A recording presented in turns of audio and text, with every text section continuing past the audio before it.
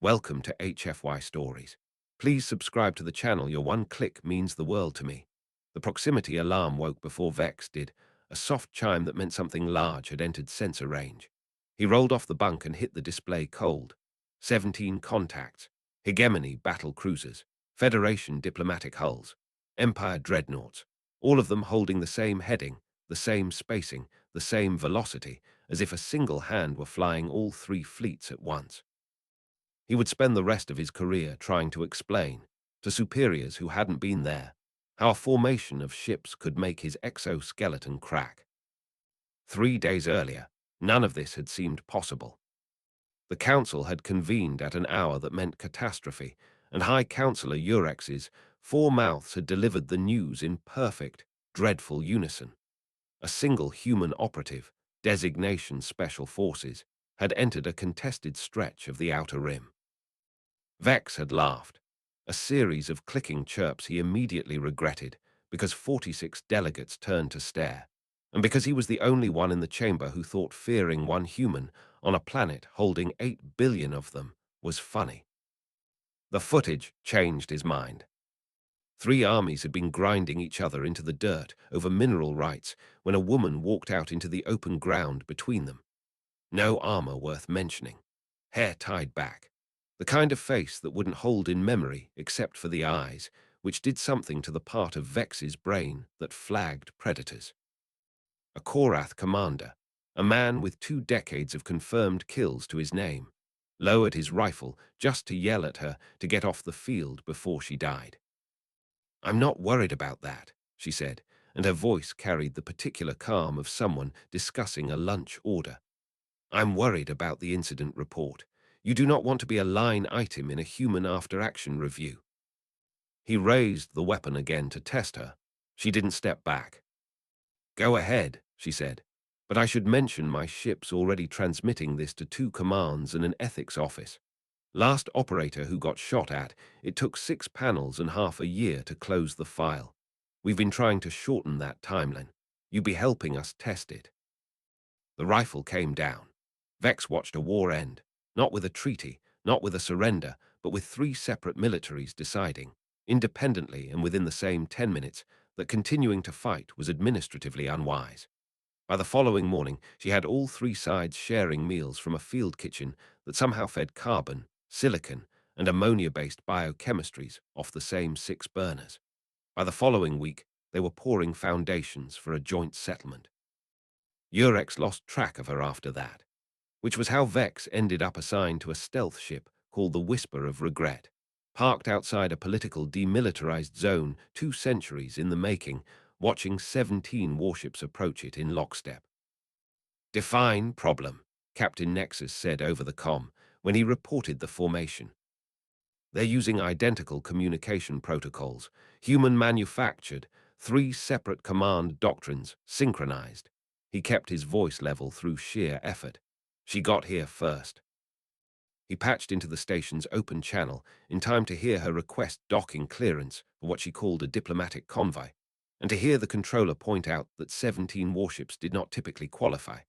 She agreed pleasantly that the old definitions weren't serving anyone and that she'd brought something more useful instead.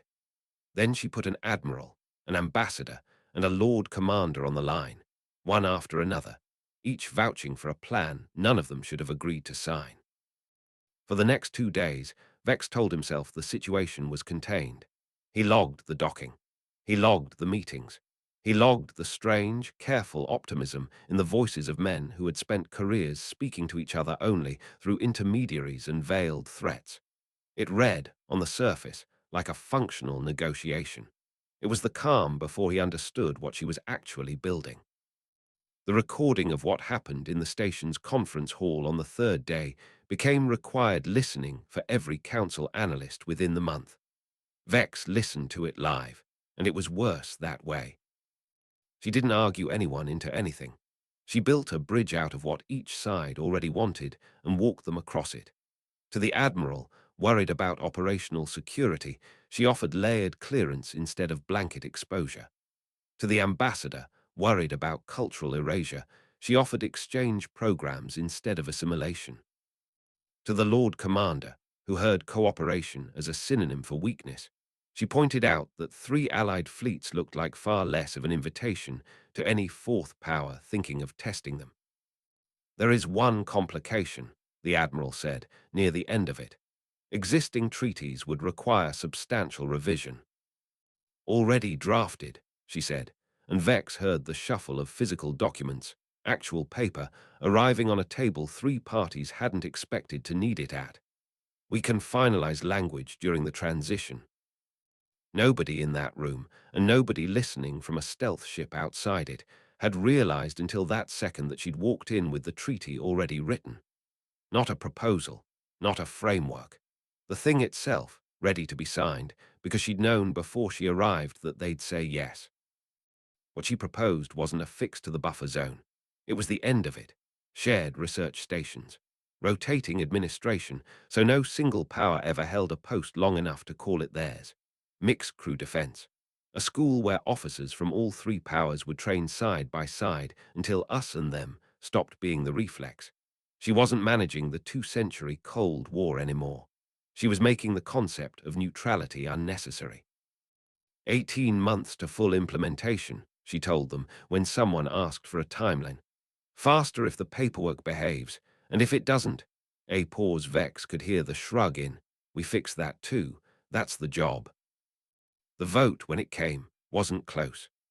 Vex sat with his sensors still recording long after the channel went dead, trying to process that a 200-year fault line had just been signed away by 3 men who, a week earlier, wouldn't share a star system without an armed escort. He was still parsing the logs of an agreement that had just dissolved 2 centuries of hostility when his own proximity alarm went off a second time. A single ship, human transponder codes, sliding alongside his hull like it had known exactly where to look. "Commander Vex," came the voice, warm and entirely unbothered. "Got a minute?" Captain Nexus was already shouting not to engage. Vex opened the channel anyway. "How did you find a stealth vessel?" "Spotting surveillance ships is first-week training, honestly.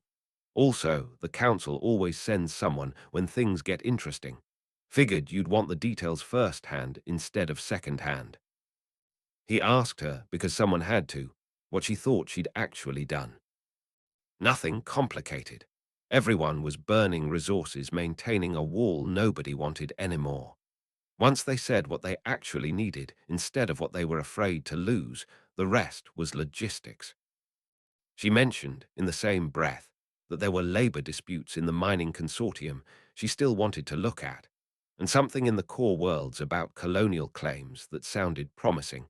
And would he mind setting up a meeting with the full council, because she had thoughts about streamlining a few more of their processes. He told her he'd see what he could arrange.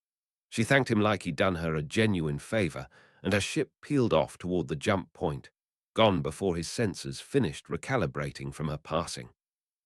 Vex sat alone with the readout, a long time before he opened a channel to Captain Nexus. "Status," she said. "Mission accomplished." He watched the empty space where the ship had been. "Captain, I don't think this is a threat we're tracking. I think it's a preview." "Of what?" He thought about the treaty that had already existed before anyone knew they needed it. About 3 armies eating from the same field, kitchen, a week after trying to kill each other. About a woman who called the end of a 2-century Cold War paperwork. "Of every problem we've been calling permanent," he said, "turning out to have just been unsolved." He signed off and sat with the display a while longer before setting course for the council chambers. The sensor log was still open on his console, the last frame frozen where her ship had been a moment before the jump. A single bright point already gone, and behind it, quietly rewriting itself across the feed, the new boundary lines of a zone that no longer needed a name for neutral. He saved the frame, closed the log, and went to go write the report that would ruin everyone's evening.